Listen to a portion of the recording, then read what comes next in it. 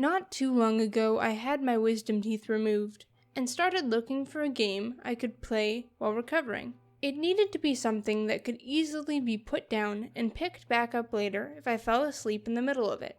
So no action RPGs or platformers that would send me back to the start of the level if I nodded off and my character died. The solution? Point-and-click adventure games. With a few exceptions, it's pretty hard to lose at these games. Wander around, find a puzzle, work out the solution, move on, repeat. For the most part, they move at the player's pace, and it would be the perfect exercise for my disoriented brain in between naps. Now the only question was, which one would I choose? There are lots of options. For example, there are the classics, Day of the Tentacle, Grim Fandango, the entire Monkey Island series, even Humongous Entertainment's childhood favorites like Putt-Putt, Pajama and Spy Fox fall into this category, but this time, I decided it was time for a lesser-known title, and a new hero. To me, anyway. If you don't know it already, allow me to introduce you to the Silent Age, and its protagonist, Joe. The Silent Age was developed by House on Fire, and originally released on mobile platforms in 2 parts. The first episode was released in December 2012, and the second in October 2014. The game was later brought over to PC and Mac, and I played it on Steam. As always, I don't want to spoil too much for either the story or the puzzles, so the video contains only information you will learn very early on in terms of plot points, and the gameplay is edited to avoid revealing solutions to the puzzles, so you can watch without fear.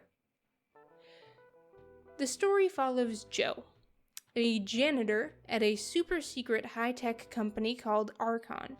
Shortly after we meet Joe, he's informed that he's received a promotion. This means that in addition to his original duties, he now has even more places to clean.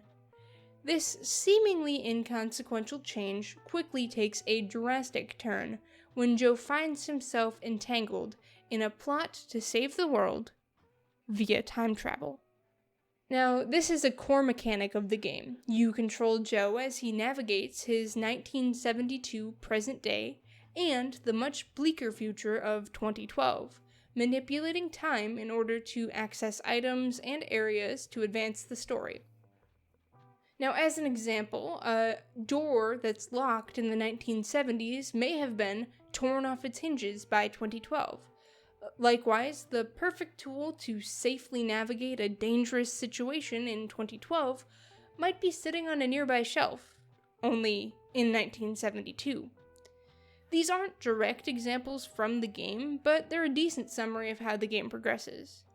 Aside from the time travel element, the puzzles are fairly straightforward. This is a good thing. Some point-and-click adventures have notoriously convoluted puzzles. Thankfully, the Silent Age sticks to logical solutions, albeit with a time travel twist that really makes you stop and think at times. With time travel involved, the player is encouraged to think about long-term cause and effect, which creates some challenging puzzles that are satisfying to solve. Traveling between the years and interacting with the changing scenery is very cool. The characters are well written and provide quite a few memorable, funny moments as well. There is a limited amount of voice acting in the Silent Age, and when it appears, it's a treat. Sweet mercy. It's like riding sidecar with a unicorn down a mountain of cashmere sweaters. In fact, the whole game sounds good. As I always say, I'm no music critic, so I can't really comment there, except to say I liked everything I heard. Visually, the game is simple but pretty. I like that it's not trying to be over the top and in your face with its graphics. It doesn't need to do that. It's here to tell a story and does that well, and happens to look good at the same time. No complaints here. I did encounter one weird bug in the game where some text didn't quite display properly when I tried to use an item on a door, but that's it. Other than that, the game runs smoothly, and that one little glitch didn't take away from my overall experience at all. I beat the Silent Age in around 5 hours. For some people, short games may be a red flag to look elsewhere for your next game to play.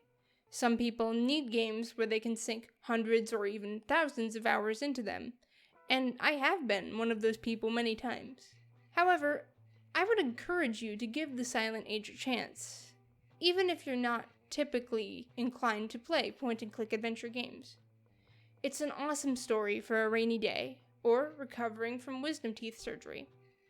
And although Joe isn't a swashbuckling pirate or daring superhero, I think you'll agree by the end of the game that he's a pretty groovy guy. Far out.